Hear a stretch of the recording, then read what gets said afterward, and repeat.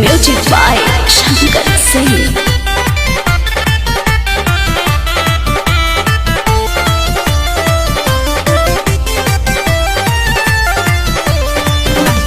माथा न खराब कर देवरू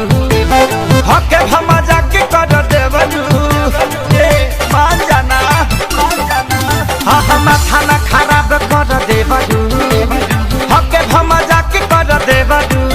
जनी छुआ तू जमाना डाटे लगी है सजाना जब देखी है वो कुर्ती खोली के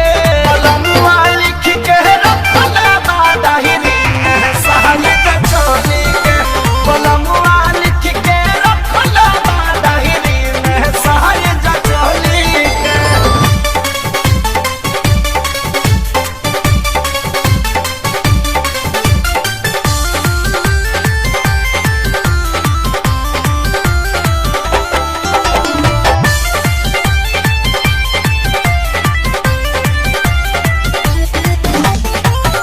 हमके चेतैले जब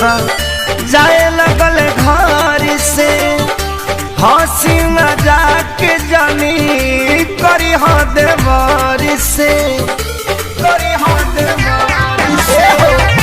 हमके चेतैले जब जाए लगल घर से हंसी मजाक जानी करी हो देवर से गाड़ी धर ही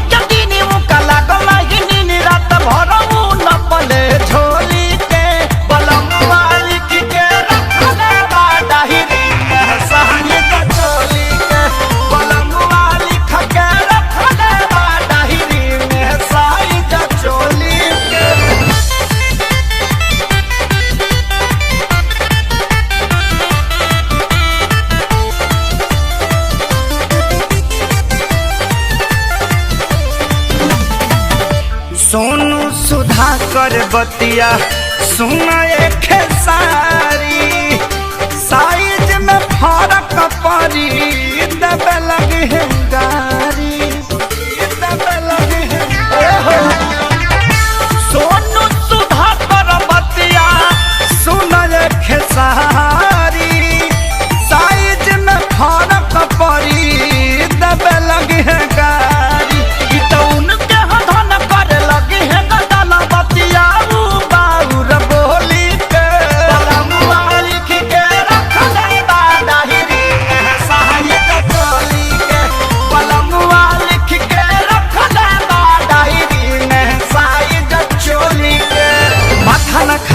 कर देवरू हके भमा जाके कर देवरू मान जाना हाँ माथा न खराब कर देवरू।